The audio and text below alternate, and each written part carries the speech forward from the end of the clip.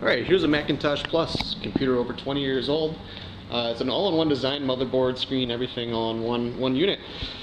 These ones were susceptible to overheating because they were convection cooled, which meant the hot air would come out the vents on the top and the cold air would come in through the bottom. It was sufficient, but I don't know, just to make them last longer, Kensington did have an aftermarket fan that you could place on top of the unit. So let's start by turning it on here. And I kind of hooked up a little watts up meter here so you can kind of see how much juice these things took up. We got 36 watts or so. Let's go around to the front here so we can watch her boot up. There's no internal hard drive inside of the Macintosh Plus. You could get an aftermarket SCSI one that would plug in and would actually sit at the base of the computer. I got a floppy disk in there right now, I believe with like System 5. Macintosh Plus could run all the way up to System 7.5. Floppy has a really cool sound to it.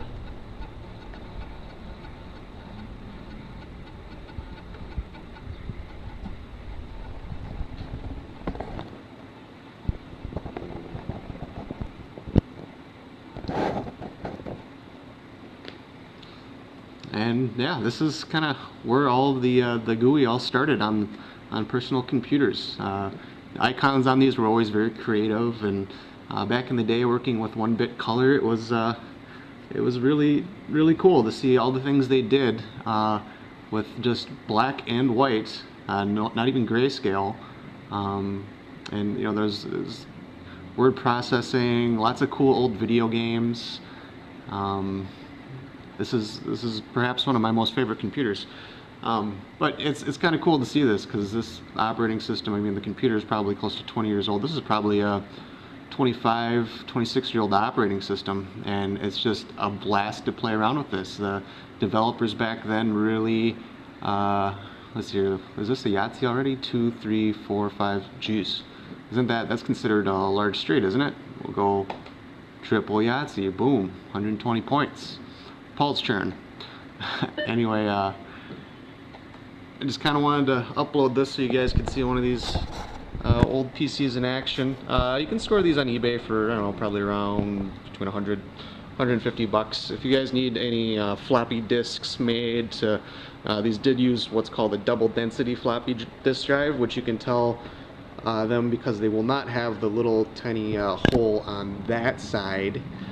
If you do have high density floppy disks, if they have never been used before, you can actually format them in this thing to double density, but it has to be formatted inside of the Macintosh Plus. You can't do it with one of the newer Macs unless you put a piece of tape over the hole. Was kind of a workaround for that. But it's been interesting getting this thing back up and going. When I got it, it did have a 20 gig SCSI drive, but with a corrupted operating system.